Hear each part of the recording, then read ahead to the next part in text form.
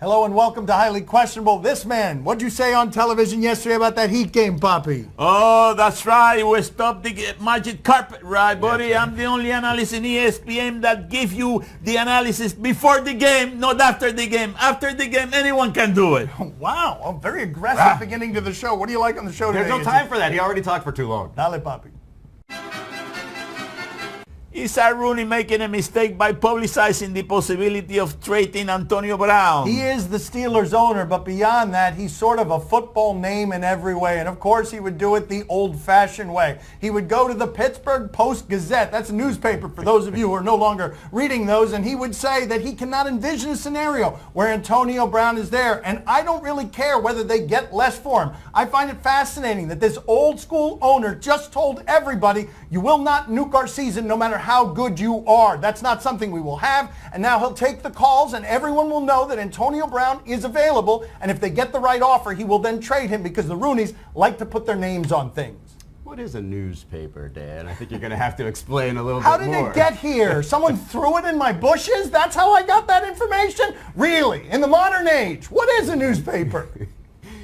I don't know if Art Rooney, however, is actually telling us anything we don't already know. We know it's a difficult situation with Antonio Brown, and it's interesting to me with Antonio Brown. It's different than the Le'Veon Bell contract situation. Antonio Brown is just over it. He's 31 years old going into next year. He doesn't have that much life left in his legs, and he's working with a great quarterback, but they continue to underachieve. So what Art Rooney is telling us, hey, I'm going to talk to these team leaders, and we're going to decide if Antonio Brown is still going to be on these teams. Who are these team leaders if it's not Antonio Brown and Ben Roethlisberger? And what are they going to say? No, get that guy out of town. We need more stability in the locker room, but we need to be worse on the football field. I'm not sure what they are going to do, but if they do trade Antonio Brown, they better get a lot back for that guy. We have to talk about this guy every day. I mean, he's all right about this. Le'Veon Bell. He's on The Masked Singer. He's on Facebook every day. Season's over for him. Every day. It's Every time basketball somebody season. leaves the Steelers, you know, got to talk about I know, that for like weeks a month. and weeks and weeks, you know. Rooney, trade him already. What does the Bengals plan to hire Zach Taylor say about the NFL? This is a weird thing, right? Because the NFL has rapidly gone from all these recycled morning wigs and munchaks to hiring the same guy in every city across the United States where they need quarterback help. Just get someone who's got an idea of what Sean McVay has done with Jared Goff, and the lack of creativity across this sport that alleges leadership and wants you to believe there's merit in the way they pick players and the way they teach them. They're all doing the same thing. Someone's found an innovation. His name is Sean McVay. And so we're in a position where this 35-year-old guy, none of us know, looks like all the other leaders across the sport as we're getting rid of all the Wade Phillipses of the world. Would you rather continue with all the Wade Phillips and the Mike Munchaks and the Jeff Fisher rumors, or would you rather have some new blood in the league? Last year, the average age of the NFL coaches was 51 years old, which is younger than the year before. It seems to be trending younger. And that's fine. I'm all in favor of getting the head coaches to be more representative of the players, although the race thing is still a huge issue.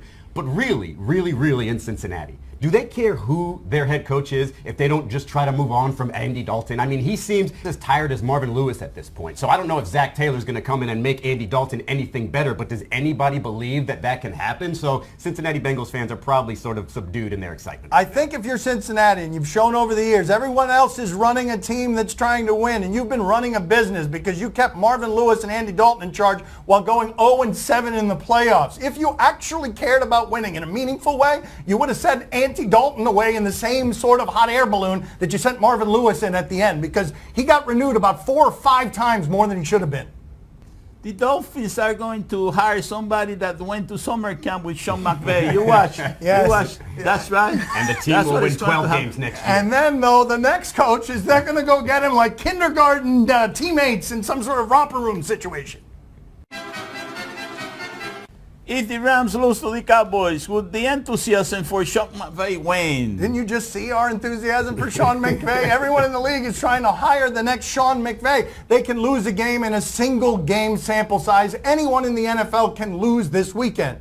But the entire Sean McVay phenomenon is based on only one thing. You can see all that creativity and you can see all that space and you can think that he's a genius because you don't understand football the way that he does, and nobody at this table or many people in the media understand football the way that guy does. However, Jared Goff, that is his solution to everything. He made Jared Goff matter. And do you trust Jared Goff in a football team against a team with a very good defense. I don't know if I do, but if he loses this weekend, it'll be part of the unraveling of a system quarterback that he made around his system.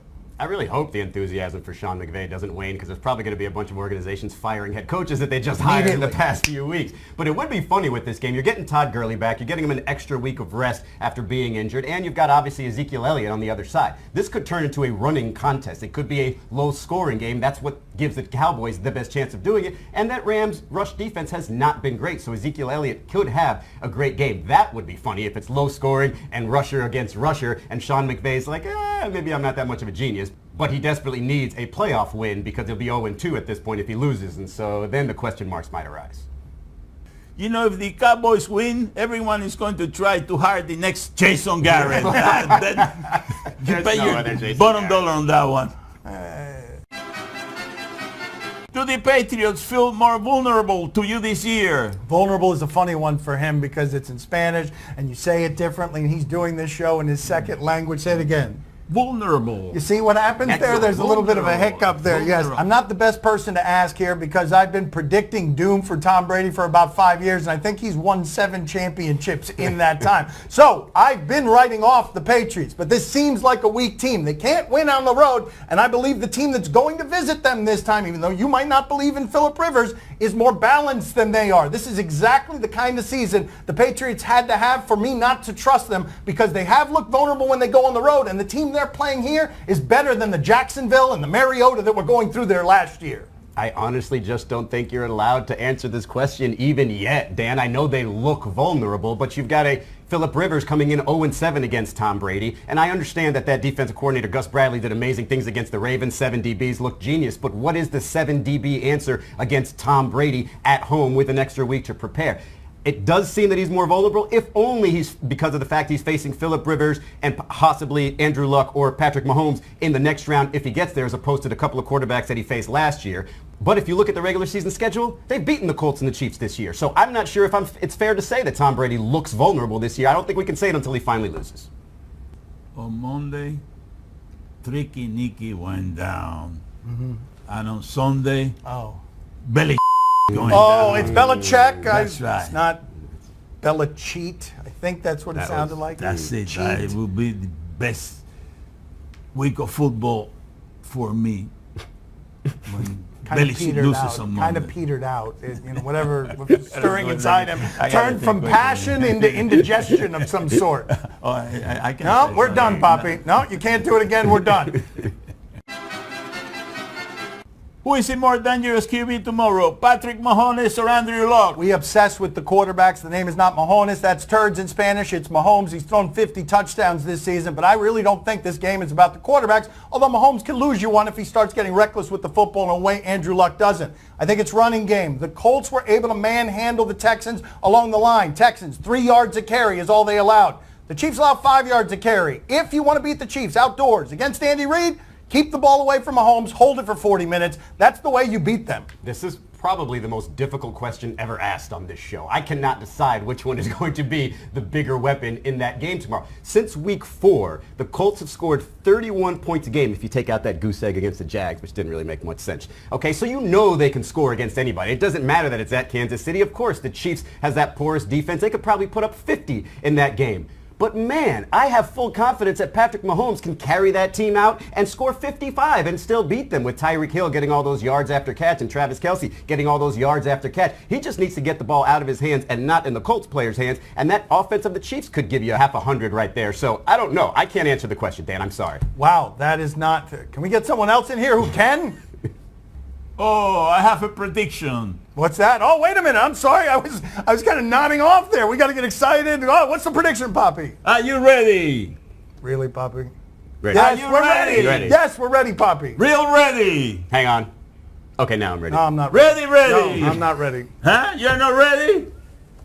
I'm ready to make a prediction. I'm not ready now. Are you sure? I'm not ready now. I'm ready. You don't sound ready. I'm not ready. I'm ready. I'm always ready. You're not ready. That's what I do, making predictions.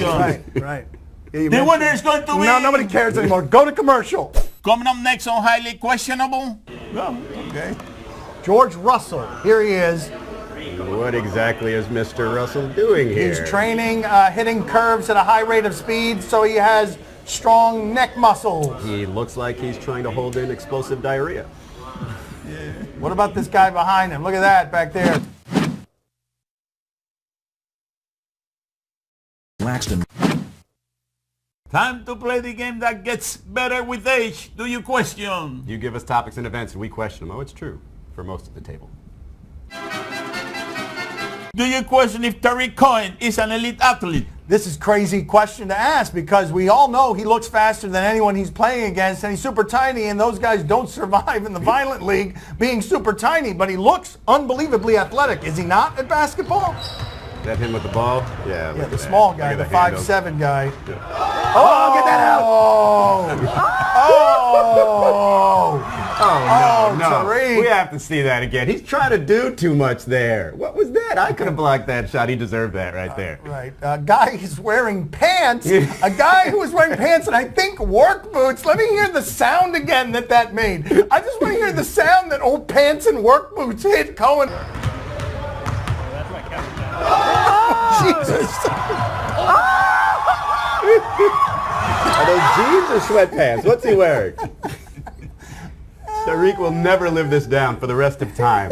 Oh my God! Oh, and he almost got dunked on too. He almost went to try to block it. That is amazing video. Hold on, let's see that again so you guys can see. Tariq Cohen 3 different times got abused by a dude in jeans. Well, you don't play pickup at an LA Fitness if you're a professional athlete. They're all out to get you. Hold on. So that's just number 1. And here comes number 2. Cohen's so fast he's off your screen, but not fast enough to prevent the layup by old jeans and Dickie work boots guy. Do you question if Formula One drivers are underrated athletes? Poppy, how does a Formula One driver train? Do you know how they train? Yeah, sure, on their seats. On their seats. Yeah, I suppose that's an accurate answer to the question. How are they going to train? No, on their seats, yes. Let's check in with a Formula One driver whose name eludes me right now. Well, okay. George Russell. Here he is. What exactly is Mr. Russell doing here? He's training, hitting curves at a high rate of speed, so he has strong neck muscles. He looks like he's trying to hold in explosive diarrhea. What about this guy behind him? Look at that back there, beardless Andrew Luck staring in judgment. I want you guys to watch this camera of this guy in the background. You get fixated on the guy in the front who looks like he's had a terrible accident. Look at the guy in the back saying, "What's this clown doing?" That is not my kind of workout. This is the one I Is this love. Spurrier? That's Is right. this Spurrier? There it is. All right. I knew it. I'm That's my on guy. you, Poppy. That's my guy. I'm on All right. you. Gator legend. The There we old go. ball coach. Ball coach. On beautiful South Beach, Miami. Time to play the game that is a master at faking human emotions. See? Oh no. Okay, very good. Tell us what's on television tonight. We'll tell you if we're intrigued. Sunday on Fox, Eagles and Saints. Yes, Philadelphia got smoked last time they played the Saints, 48-7. And Michael Bennett, who's had a crazy good year, was asked about Nick Foles, the quarterback who wasn't in that game, saying that was the turning point. The Wentz game, losing 48-7 was the turning point. What does Michael Bennett think about that? After that Saints game, that really kind of bottoming out, it kind of led to what you guys became and it brought you closer together. Do you agree with that? What did you see happen after that? I'm never going to disagree with Nick Foles. Football gods will look down on me and shun me from success. So whatever Nick says is the truth, and I'm just going to live with that. Okay, thanks for playing for the Eagles. Carson Wentz, Izzy, are you intrigued? Whatever Nick says is the truth. Whatever Poppy says about Nick Foles is the truth. This is going to be the trade Carson Wentz game, right? If they win this game, it's official. Wentz is out the door. You lose 48-7 with Wentz, and then you don't lose with Foles who won the Super Bowl. It's going to make it difficult. Yeah. Poppy, are you intrigued? Oh, see, I'm very intrigued. You know, I mean, the New Orleans Saints season is going to come to an end on Sunday. Whoa! It's going to be a blowout. Nick Foles is going to get even for the Eagles. I'm telling you. It's official. Mark my words. You know what I mean? We do. We will. Because we have, and you always pick Nick Foles, and he always wins. So he's going to do it again. That's my guy. Not this week. Tomorrow on ESPN Plus, Murray State and Southeast Missouri State. All of you are saying, why would I be interested in this game? There's nobody on the court that I could possibly know. Let's see if you guys can spot the guy who is a little Russell Westbrook. See if you guys can spot which guy on the court among these 10 is the one who might be a top 5 pick. See if you can find Ja Morant. Found him. Yeah, that dude right there who did not get the charge. That's 6'8". Beautiful pass. And how about a face full of this? Izzy, are you intrigued? I'm very much intrigued. I'm not going to watch this game probably, but I'm very much intrigued about next year's NBA draft. This guy's going to be amazing, and those 3 Duke players, it's going to be loaded. Can I see that again? I just want to see that 6'8" guy fall down again. And how weak do you feel when you get a face full of that? And also not the call. With a beautiful Poppy, are you intrigued? Oh, see, I'm very intrigued. Murray State. Is there a state by the name of Murray? I never heard of it. You know, I mean, There is. They didn't teach that in Cuba. Yeah, New Jersey, California, Texas, no Murray. Oklahoma, No Murray. Ohio, but Murray. What no the hell Murray. that? Where the I hell never is heard of Murray? that. It just must be a real small state, no? On a Nest camera in Bothell, Washington, a package delivery. No, the Blink cameras support the Dan Le Batard Show with Stugotz on the radio, so I will not be interested in this particular Nest cam, but I am interested in showing you the Nest cam that reveals an incompetent package delivery.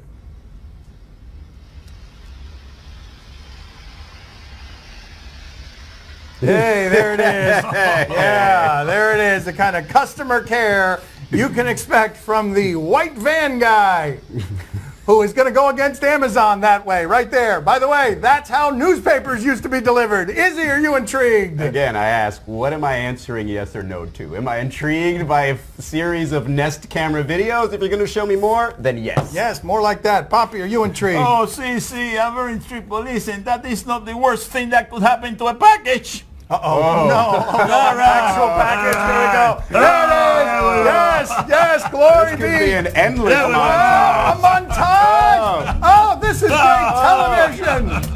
Oh, you're tickling me right now. Yes, water will help that. What's the end game?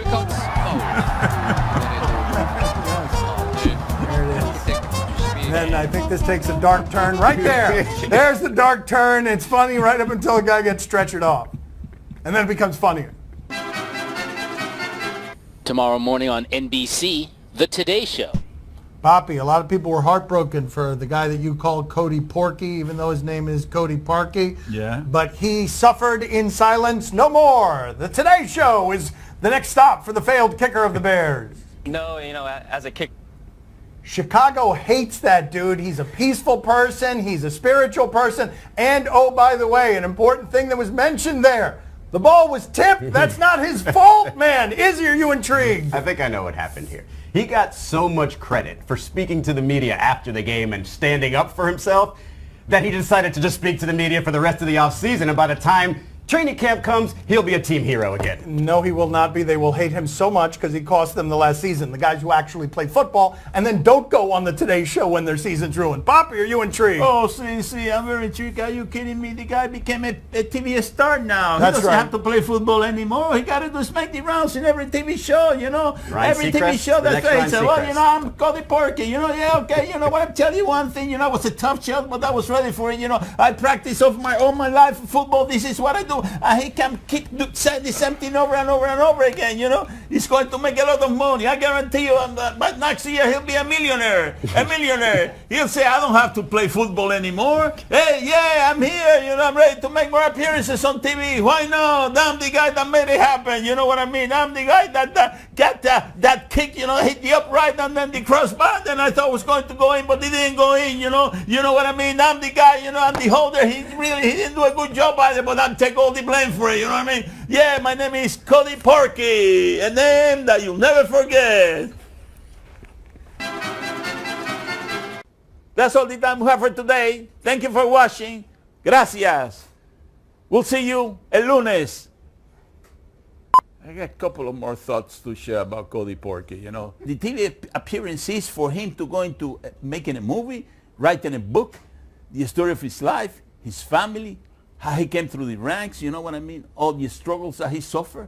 you know, and all the things that he had to face, and he thought that he was out of his misery, and all of a sudden he went back into the hole. So it's payback time for him, you know. He's telling you by failing you can make a lot of money. So it doesn't matter how many times you can fail. If you can capitalize on it, you know, you're